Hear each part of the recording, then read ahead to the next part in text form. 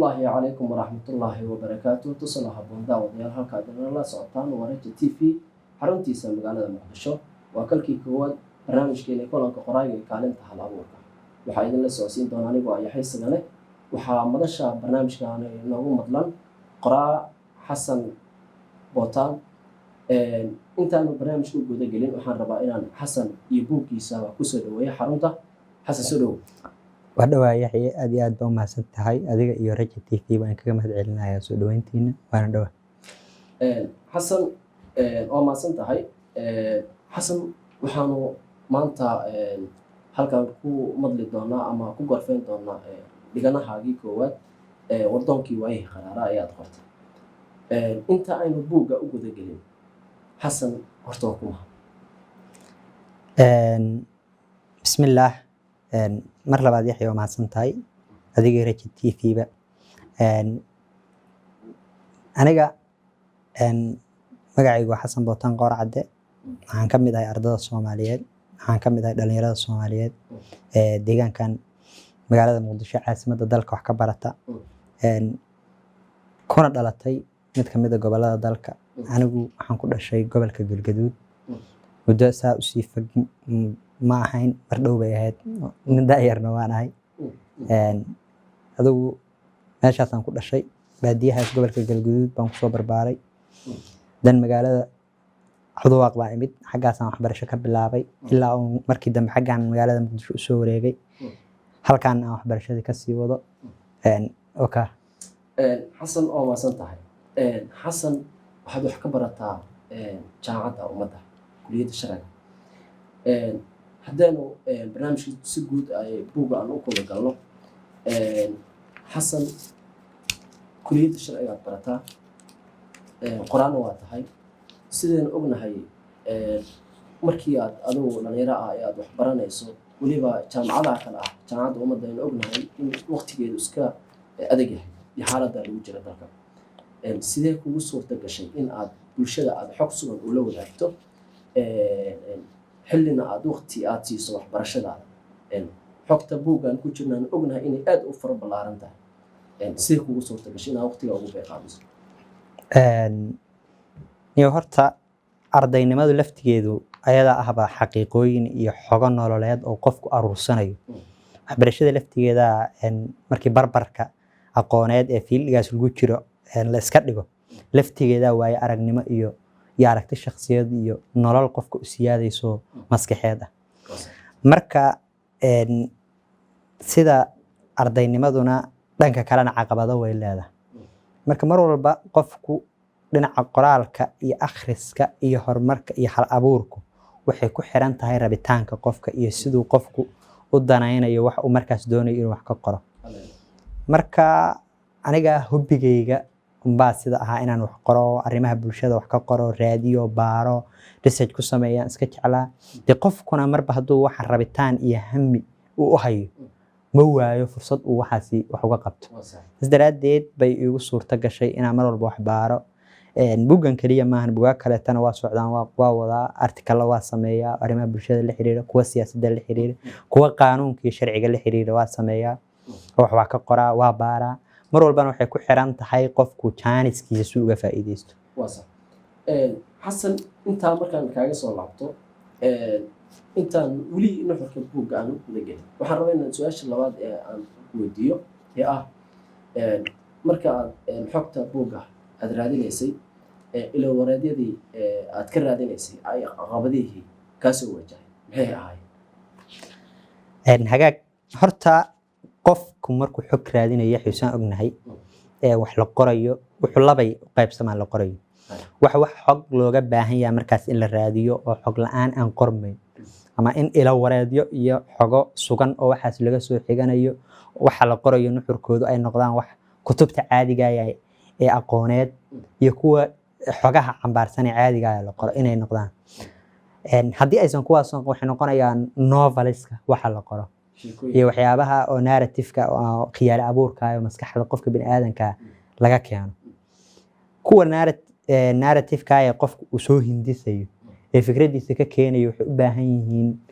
laftigoodu waxay ku dhisan yihiin xaqiiqooyin qofku uu aaminsan yahay inay jiraan hase yeeshee uusan u haynin caddaymo sugan. marka qofku markuu wax novel ah qorayo wuxuu u baahan yahay in uu waxaasi soo hindiso xaqiiqadii aaminsanaa inay jirta uu aaminsanaa uusan aaminsanayn caddaymo sugan inaan loo helayn buu banaanka soo dhigaya isagoo adeegsanaya maskaxdiisa iyo hal abuurka markaas qofba sida loogu kala xeel dheer yahay. marka waxaan kale qoran waxay u baahan yihiin xogo sugan oo laga soo xiganayo laga keenayo laga soo dharaandhirinayo.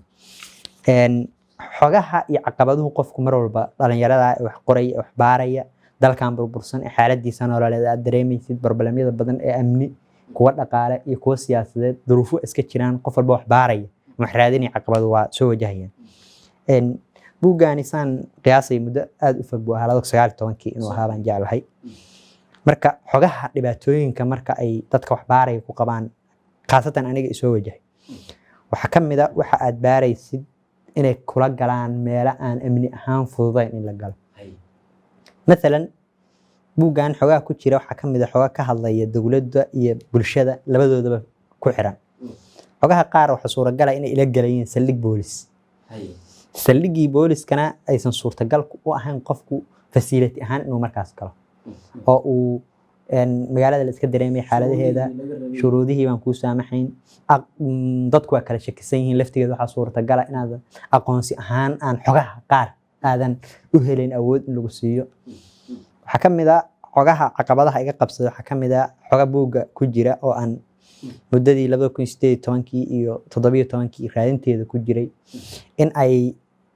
joornaalo hore loo qoray oo muddo badan soo jiray inaan xogo uga baahdo. deedna xogihii xag facility iyo expense ahaanna igu qaaliyoobeen muddana la iska kaa daba wareejinayo dee xoga critical iska jira dagaaladu dalka waxay ku bilowdeen baa ka mid ah waxyaabaha qaar oo kaleeto muddo laga soo qoray. marka xogahaas kaleeto muddo adigu kuwa qaar joornaalada bakaaraha kaleeto rag hore u soo shaqayn jira waxay ugu qaadanaysay muddo ugu yaraan asbuuciya in isaga daba laabto oo haddana inta buug qaato joornaalka inta lacag ka bixisid joornaaladii lacag laga qadimo haddana aan lagu ogolaan inaad qaadi oo ay noqonayso maalintiiba lacag aad bixinaysaa meeshaas ku akhrisanaysaa. joornaalkii xataa akhris kama gaadhid waxaad samaynaysaa aniga inta ugu badan hadda joornaaladoo kaleeto iyo jaraa'idyada hore loo qoray waxyaabaan uga baahnaa waxaa ka mid ahaa taariikh iyo dad wax gaareen baan uga baahnaa diiwaan gashan. marka joornaaladu xataa caqabadaha ay qabsaday joornaal intaas ah oo sanadba ka sanad meesha lagu aruurinayay waxay noqonaysaa inaad adigu baarataa lagu leeyahay waad baaranaysaa joornaalkii baad qabanaysaa xogtii baad qoraysaa halkii joornaal baa waxaa laga yaabaa inaad baaridaaba maalmo kugu qaadanaysa. marka caqabadahaas waa ay qabsadeen. caqabadaha kaleeto oo jira waxa weeye caqabadaha siyaasadda oo qofka xiraya waxyaabaha qaar xaqiiqooyin jira markaad u baahatid inaad banaanka soo dhigto duruufo amni laftigooda kuu suurageli maayaan. marka waxay noqonaysaa waxyaaba loo baahnaa xaqiiqooyin jira oo ummadda u baahneed si officiala inay u hesho bay noqonaysaa in aad xogo kale u raadisid si kale u raadisid si kale u maldahdid sarbeebtid aad duurxul u raadisid aad si kale ka dhig. caqabadahaas waa jiraan. caqabadaha waxaa ka mid caqabada dhaqaale xog marka la baaray dhaqaale u baahan tahay waxay u baahan tahay transportation bay u baahan tahay caqabadahaasuna waa jiraan. wallaahi horta nin dhalinyaro ah oo asxaab loo ehel lahoo Soomaali ku dhex jira caawin ma waayo. mar walbana dhalinyaradii igala shaqeynaysa barnaamijkan qoritaankan iyo arrimahan aan baarayo arrimaha bulshada la xiriira aad baan ugu mahadcelinayaa anoo shakhsi u kala qaadeen kuwa arrimo baaridda xogaha ila raadinayay kuwa xogahan soo bandhigayo buuggan kuwa ku jira iyo kuwa artikalada qoran iyo kuwa kale aan daabacnayn intaba tafatir iyo faafreebideeda ka qayb qaadanayay. marka dhalinyaradu Soomaalidu waxay ka nooshahayba yaxyow wax ka mid ah dhalinyaranimadu aad bay isku taageeraan isgarab istaagaan wixii markaas jiro balbaleen oo qofka la soo darsana way ka taageeraan. waliba arrimahan bulshada markuu qofku wax ka qorayo arrimaha siyaasad kuwa la xiriira jiraya kuwa caqabada soo foodsaaraya jiraya intuba dhalinyaradu si fiican bay uga qayb qaataan. waan u mahadcelinayaa dhammaan asxaabteyda barnaamijkaasi buuggan iyo qoraalada kale ba igala qayb qaadatay. xasan waxaan ognahay qoraayada Soomaalida xilligii farta Soomaaliga la qoray marka laga reebo culimada Soomaalida oo afka Carabiga wax ku qori jirtay soomaalida kale wax ku qori jirtay farta soomaaliga marka la qoray kadib qoraayada soomaalida way tirsanaayeen dad kooban oo la yaqaano oo hebel iyo hebel hebel yiraaday ah intooda uma aysan badnayn dad aad waaweyn ah uma aysan badnayn dad afartii la qoray la koobsaday ahay hadda qoraayaashii waxaad moodaa inay aad u badanayaan marka sidee labada jaaniska ay haystaan iyo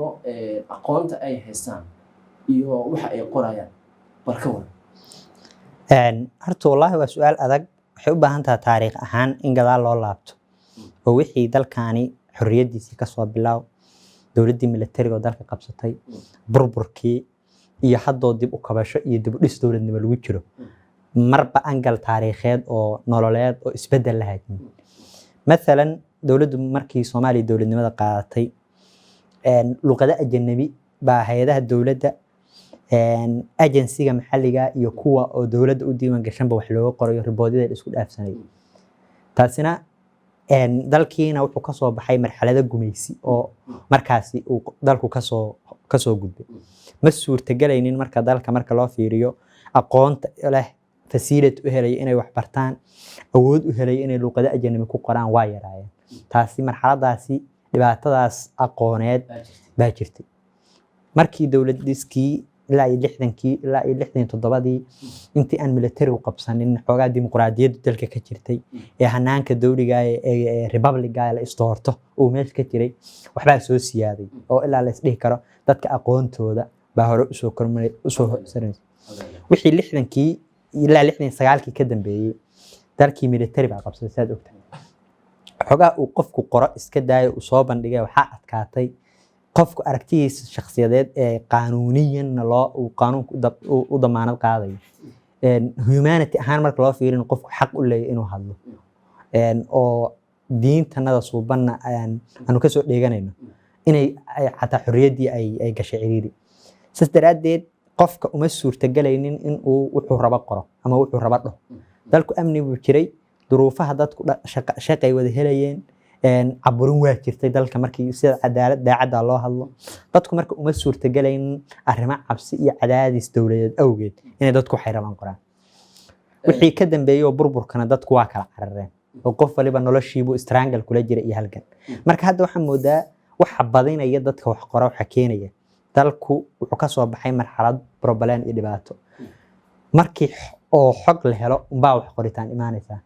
marka xogtaas dadku ay helayaan iyo dadka dhalinyarada ee influence u dagaaladii iyo barbalaanka dalka ku yeeshay wixii oo laga soo kabtay marxalada amniyo dalka u helay baa dadka ku riixaysa in ay wax qoraan ay wax daraaseeyaan arrimaha bulshada wax ka yiraahdaan markii dalku hadda sidaan rajaynayna insha Allah tacaala hay'adihiisa dawliga ay saldhigtaan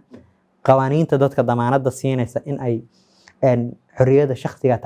tacbiirkooda ku sameyn karaan ay saldhigato waxaan rajaynaynaa hay'ado dawladeed waxa la qoraya faafireebana la helo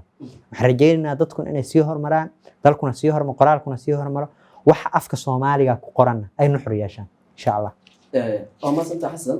waxaan rabaa in buugga gudihiisa inuu daadegno markaan cutubka koowaad haddii aan isdul taagno waxaad ka hadashay cutubkooda uga hadashay duruufta darbajiifka haddii ahaan lahayd aasaaskiisa nolosha haddii ahaan lahayd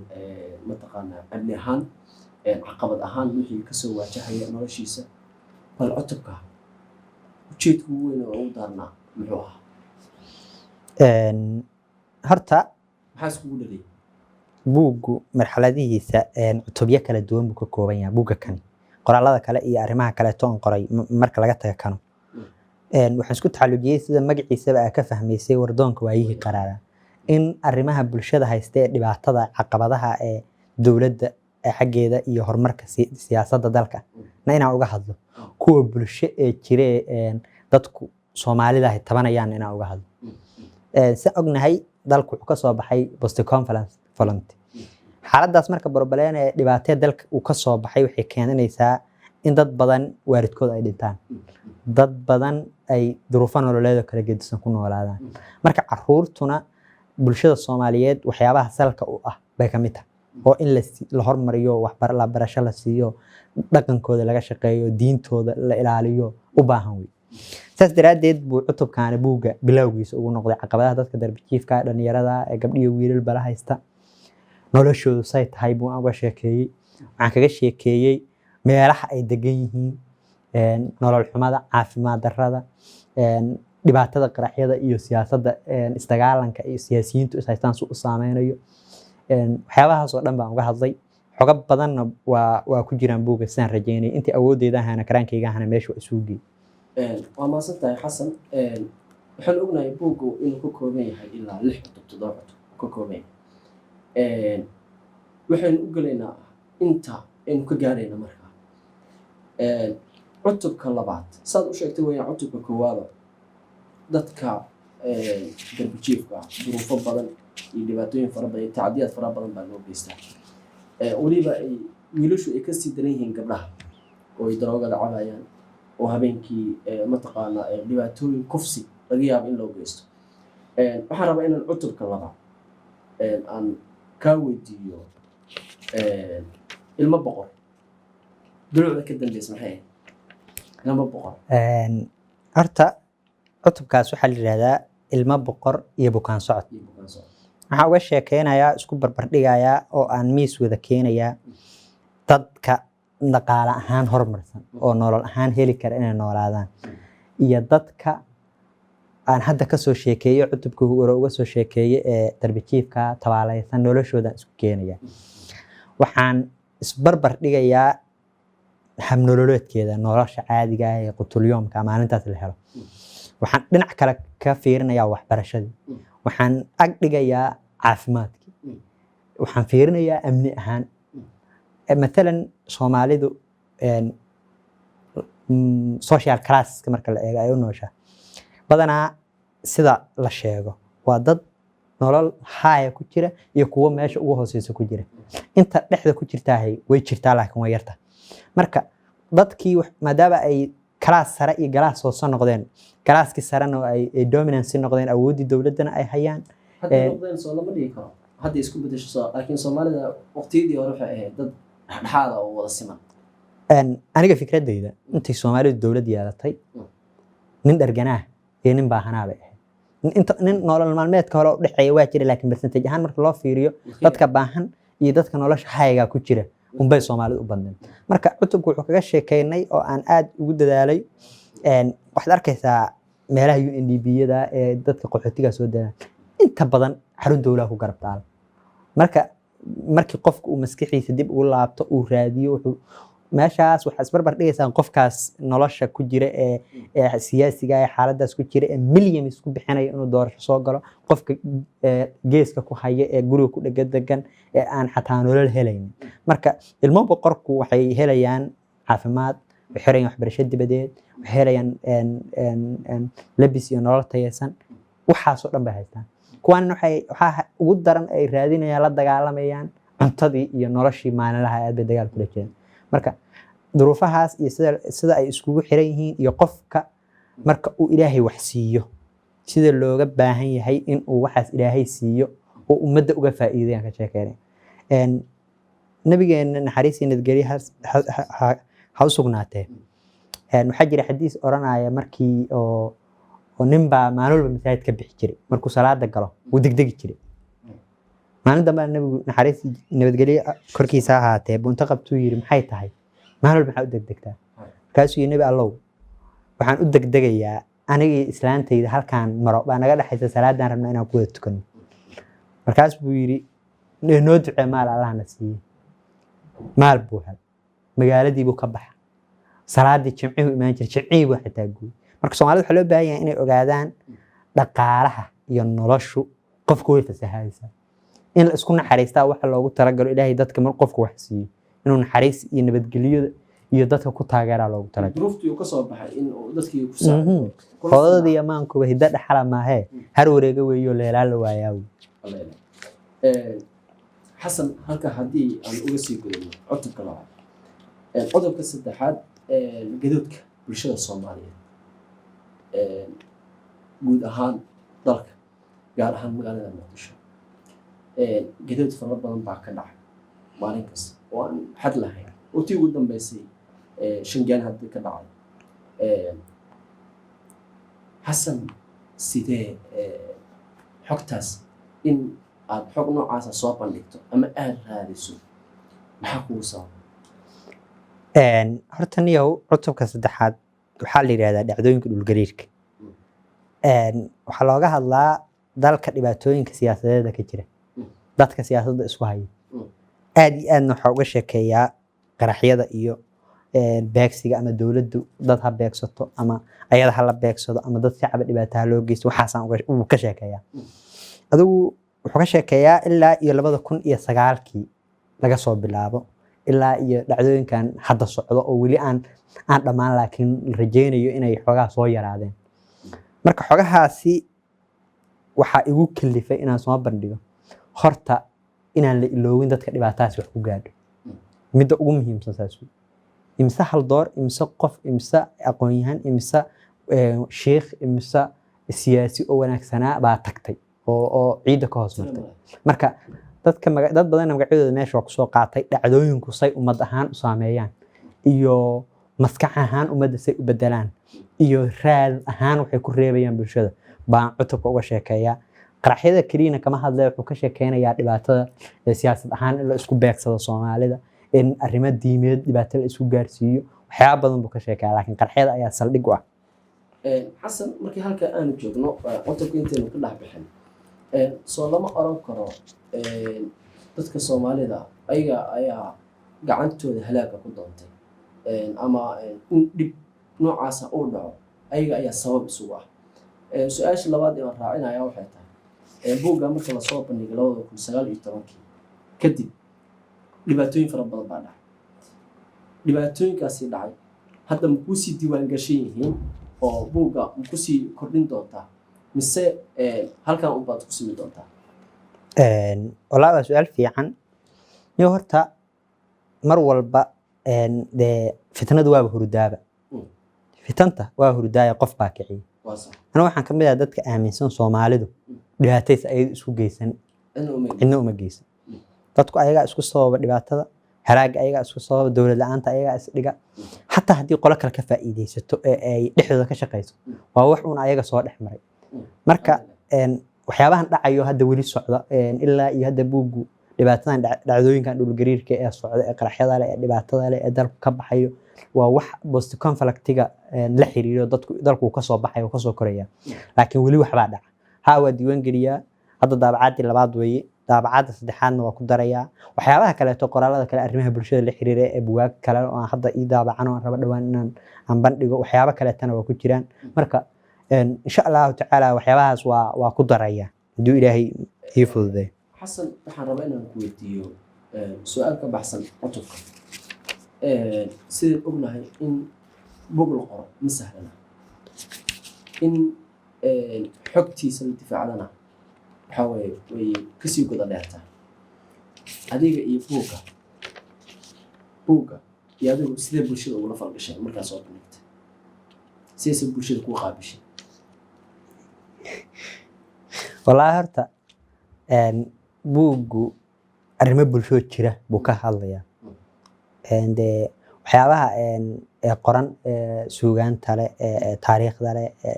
dhaqanka leh siyaasadda leh dadka akhristayaasha ah baa loo daayaa qofku si u fasirto iyo angalku wax kaga arko iyo feedback uu ka bixiyo bay ku xiran tahay qofka asagu wuxuu qoray asagu judgmentiga iskuma sameyn karo isma xukumi karo laakiin buugga cutubiyada kamid waxaa ku jira nin oo xanuunsan oo miyir kale oo aan ka sheekeeyay xiliyo badan meel badan aan ka sheegay oo buug ku jira marka dad badan oo asxaabta kamid ah waxyaabaha feedback ay aniga soo gaaray dad baa wax si kale leeyihiin ninka waa la wax ka qoray marka dadku waxyaabaha qofku markuu wax akhriyo ay badan yihiin guda weyn yihiin marka ninka waa maxay la jeedaa buug waxa ku jira nin xanuunsanaa oo aqoon lahaa duruufihii dalka ka jiran ay saameeyeen ninkii qisooyinkiisii maraan waraystay oo la sheekaystay oo duruufuhu ku jiro sidoo aqoon u leeyahay iyo dhibaatada haysata nin dhinaca marine science wax badan ka yaqaan ahaa iyo aviation-kana yaqaan markaan la sheekaystay intaan buugga qoran xogaa raadinayay jabtarada oo caafimaadka markaan ka sheekeynay dadka bukaanka baan ku dara marka markaan buugga bandhigiisa ka sheekeynay aan bandhigayaan qisada ka sheekeeyay marka dadkii meesha joogay kuwa kale oo qisooyinka daawaday ninka waa wax ka qora saas ku imaatay sidaas u qaatay waxaan u deyn doonaa buugga iyo nuxurka kale ku jira inuu anaga gorfeen un baynu ka wadnaa bulshada ayaynu u deyn doonaa inay ayagu akhrisaan xogta kale kala baxaan waxaad kaga hadashay cutubka 5 iyo 6 miduu ahaa ma sii xasuusto heebsooca dadka la dulmo la faquuqo waxaan ognahay Soomaaliya siyaasadeeda ama nolosheeda caadiga ah waxay u badnayd dad reer guura ah deegaan iyo reer kala duwan sidii hore oo dadka reer miyiga ahaa maanta ay ka sii daran yihiin sidii hore miyiga marka la joogay dadku wada wadaagay ahaayeen hadda waxaad moodaa maamul wadaag inay yihiin markaas caqabadii shalay jirtay dadka la heebsoocayo lagu hayay iyo tan maanta markaad isku barbardhigto teebaa saameyn adag ama saameynteedu daran tahay wallaahi horta sida saxda marka laga hadlayo Soomaalidu waa isaab socdaa waa mowduuc oo aan dhinacna looga gaban karin waa jirtaa Soomaalidu saak soo sheekaysay markii hore baadiye deganeen dad xoolo dhaqatay ahayd arrimaha guurka iyo dhaqanka la isku heebsooci jiray oo hebel gabadhiisa lama guursado hebel mar buu dhibaato sameeyay mar buu ugaas diray mar buu barbalaan keensaday mar buu bakti cunay adiga wax guur iyo dhaqan iyo culture ah oo cultural property waxay ahaayeen laakiin iminka Soomaalidu waxay ka soo gudubtay inta badan baadiye waa laga soo guuray waxay isugu imaatay magaalooyinka siyaasad bay gashay siyaasadii waxay noqotay marka siyaasadda ka hor dagaalada dhaca dagaaladii marka dadkan ma dagaalamin dad dagaalamo hub haysto dad dilayo wax dhacay ma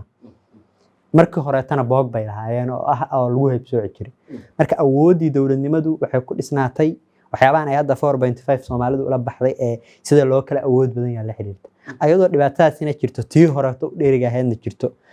magaaladii markii la yimid ee dawladnimo la helay ee dadkii dawladnimadii marba wax laga bedelay ee marba nooc laga dhigay waxay keentay in aysan u suurta gelin Soomaalida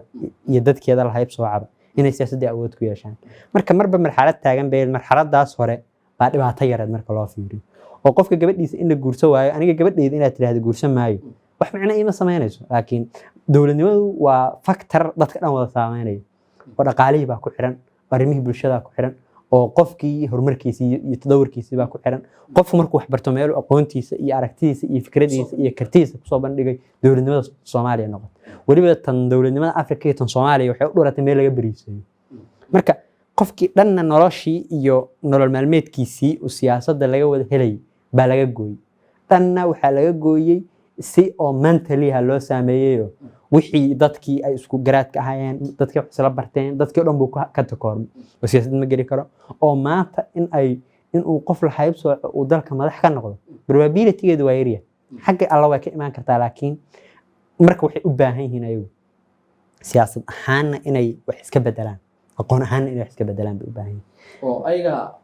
oo eed saaraysa hadda problemka iyo dhibaatada Soomaalidu waa leedahay oo Soomaalidu dee qof islaam ah oo Ilaahay kula mid dhigay oo afar adin siiyay oo lixaadkiisa dhameystiray oo aqoon ahaan dhameystiray oo garaad ahaan dhameystiray inaad tiraahdo waxba ka dhiman horta waa waxaan diin ahaan aan haboonayn laakiin adiga maanta hadaan noloshaada iyo horumarkaaga hor istaago adaa lagaaga baahan yahay inaa is soo kabtid waxaan la yiraahdaa adoonsigu cabsigu ka bilowda qofku hadduu sa cabsan lama adoonsan karo Soomaalidu adoonsi dadban baa ka jira adoonsiga dadban waxa looga bixi karaa ugu yaraan xataa waxa la rabaa markii dagaalkii dhacay in ay ugu dagaalamaan sida aniga fikradeeda tahay inay ismuujiyaan ay wax bartaan dagaalamaan qayliyaan Soomaalidu waa dad oo orally way colaad wax ku fahma ina iska dhiciso indhaha faraha ka gelisid maahan aan ku fahmi karin marka dadkaas aniga taal ahaan waxaan sii lahaa fadhigan ay ka kacaan xag aqooneed ay fadhiga uga kacaan xag ganacsina fadhiga uga kacaan xag dhaqanna fadhiga uga kacaan xag siyaasadeedna fadhiga uga kacaan waa si wanaagsan laakiin dalka markuu burbur ka galay soo waxaa la dhihi karaa waa reerka keliya ama heebta keliya ee colaad ummad Soomaaliyeed dhexdeeda ah ka badbaaday waxaan ognahay dalka markuu burburkii galay ee qurbaha loo hayaa in magacooda lagu qaraabto oo reero waaweyn iyo dad waaweyn ay ku baxaan iyadana soo loo dhigi karo waxay ahayd wax laga xishoodo qof aad shalayna dhegaysay adigu waxaa tahay qof liita ama waad iga hooseysaa inaad maanta magaciisii shaatigiisii hooyadiisii aad ku baxdo walka wad waa waxa hadda ka sheekeynayo weeye macnaha waxaad dareemaysaa haybsoocu inuusan meel weyn jirin wax bariis iyo isriiriix siyaasadeed iyo isriiriix dhaqanoo kooban ku xiran inuu yahay waxaa tiri dadkaani markii dalku dhacay dagaal ma gelin dagaal inay galin wiil baa ugu tarmo wiilal miyaa ugu tarmo dhaqaale miyaa ugu siyaaday horumar kalaa ugu siyaaday aqoon miyaa ugu dhismay maya dalkii oo dhan baa burburay dagaalka inay galaan baa u khayr badneed baa mararka qaar la oran karaa marka bixitaankaas ay dadku ku baxayaan waa social abuse kaloo meesha ka jira oo magacooda lagu qaraabanayo oo falsification kaleeto ay bulshada ku samaynaysa wey dadkaas marka dulmi kaleeto dhibaato kaleeto meesha ka jiro oo been abuur magac oo lagu qaraabanayo wey marka hadday jirto oo ay hore u dhacday hadday hadda socotaba dee wax annagu aan wax ka qaban karna maaha marka ay waxa u furan dadkaasi inay ka fakeraan mustaqbalkooda dambe Soomaalidu in dad isku soo laabta noqoto oo la shiro la fariisto la yiraahdo dadkan maxaan ka yeelnaa xaaladooda way dhici kartaa laakiin wax fudud ma inaysan dhacin been u badan marka bilawga iyo barbilawga noloshooda iyo si u kaban lahaayeen xaq dhaqaale xaq siyaasadeed san u sheegaba ayay ka bilaabataa marka inay dagaal galaan baa uga khayr badneed aaminsana inay isla dagaal galaan aqoon ahaan iyo tacliin ahaan iyo afkaar ahaan iyo soona ka soo dhex muuqda bulshada qofka hadduusan asagu wax iska dhigin uusan dadkii dhibaateynayay uusan strangely halgan la gelin uu nolosha kula tartamin deedna ninku dhibaateynaya ku andoonsanaya dhibaato kugu hayo ku haybsoocayo dhaqan ahaan ku haybsoocayo siyaasad ahaan ku haybsoocayo miyaad ka filaysaa inuu ku yiraahdo waxbaan ku siyaadinaya absolutely inay magata aan rajeynaya xasan marka inta ugu gudubno su'aasha xigta aan ku weydiinay waxay tahay maxay tahay caqabadaha qorayga Soomaaliyeed ee haysta qorayga Soomaaliyeed caqabadaha haysta way muuqan leeyihiin inta badan maxay tahay walaani horta arrinkaas arrin way aragnimo badan u baahan way caqabadaha dadka wax qoraya ee Soomaaliga haysata aniga saan aaminsanahay laba wiil mid waa mid xagga aqoonta ah qofku waxa uu ka qoraya oo wax ka qorayo inuu ku dadaalo midaas way jirtaa midda kale haysta waxa weeye Soomaalidu waa sideeda badan qofku uma dul qaadan karo inuu xogtaan raadiyo inuu baaro inuu soo ururiyo inuu keeno inuu isku dubarido inuu ka fakaro inuu isbarbar inuu shan warqood wax ku qoro inuu inta maanta page-kan halkan page qoro uu bari ka tago ku soo laabto asaga laftigiisa fiiriyo daadiyo maanta mid kale uma intaas dulqaad uma la Soomaalidu waa dad ayaga dhan socodka iyo hadalka fududiya marka haddii la helo qof waxa uu wax ka qorayo xaq siyaasad ha ahaato xaq dhaqan ha ahaato xaq bulshada iyo xaq aqooneed fiil gooniya ha ahaatee dadaal iyo juhdi ku bixiya waxa uu baarayo iyo xogta uu helayana kala shaan dhayn kara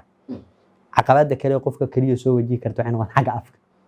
xagga afkana dad badan oo aqoon u la kaashado qofka helaya dad faafireed u sameeyo helay haduu dadaalo marka caqabada qofka bini aadanka ee ama Soomaali ha ahaado ama Kenyaati ha ahaado ama Afrikaan kale ama reer Yurub ha ahaado wax qorayo waxa weey sideedaba in uu wax uu qorayo uu inta ugu badan dadaal bixiyo haduu dadaal bixiyo caqabada inta ugu badan uu ka guuleysan karaa qofku oo maasan tahay Xasan waxaan rabaa inaan su'aasha ugu dambeysana ku weydiiyo su'aalna maaha si guud xogta buuga iyo talo iyo tusaale bulshada maxaad u marinay walaayta buuga dadka badankiisa inay dad badan inay akhriyaan waa rajeynaya wixii uu dhaliil leeyahana dadku ay la soo wadaageen dad badan wixii uu faa'iido leeyahana dee ummadda horta inaan u daayo baan rajeynaya talada aan bixinaya ee dhinaca qoraalka ama dhinaca bulshada dhinaca siyaasadda ha ahaato ee dadka Soomaalida ee wax qora isku dadaala anuu aan ku siinayo waxa weeye markuu dal barbalan amni iyo mid siyaasadeed iyo mid qaralaase bulsho kabkaco waxa lagu badbaado waxa weeye wixii in wax laga qoro oo bulshada si dib ugu hesho ay wixii ay tala ka dhigato marka adiga buug barbalan iyo dhibaato ka hadlaya ee hore u dhaca aad akhrisid at least waxa laga yaabaa jid ku jeexnaayo caaw inaad martid rabtid qof inaad disho aad rabtid inuu ka badbaadiyo marka bulshada iyo dhalinyarada waxaan u baaqayaa in wax laga qoro hiblaayaa guursatay hadafkaaga sare u qaad waxaa ka muhiimsan in xaaladaha lasoo maray iyo kuwa hadda socda ee siyaasadda ee dhaqanka ee bulshada dhexdeeda ka jira in wax laga qoro marka talahaantaasaa u dhiibayaa wixii buugga la xiriirina dee bulshadan u daynaya waa mahadsantahay xasan halkaasi ayaanu kusoo afmeeraynaa barnaamijkeena kulanka qoraaga iyo kaalinta hal-abuurka waxaa igu casuubnaa qoraa xasan bootaan oo anigoo ah xiisigale wasalaamu calaykum waraxmatullaahi wabarakaatu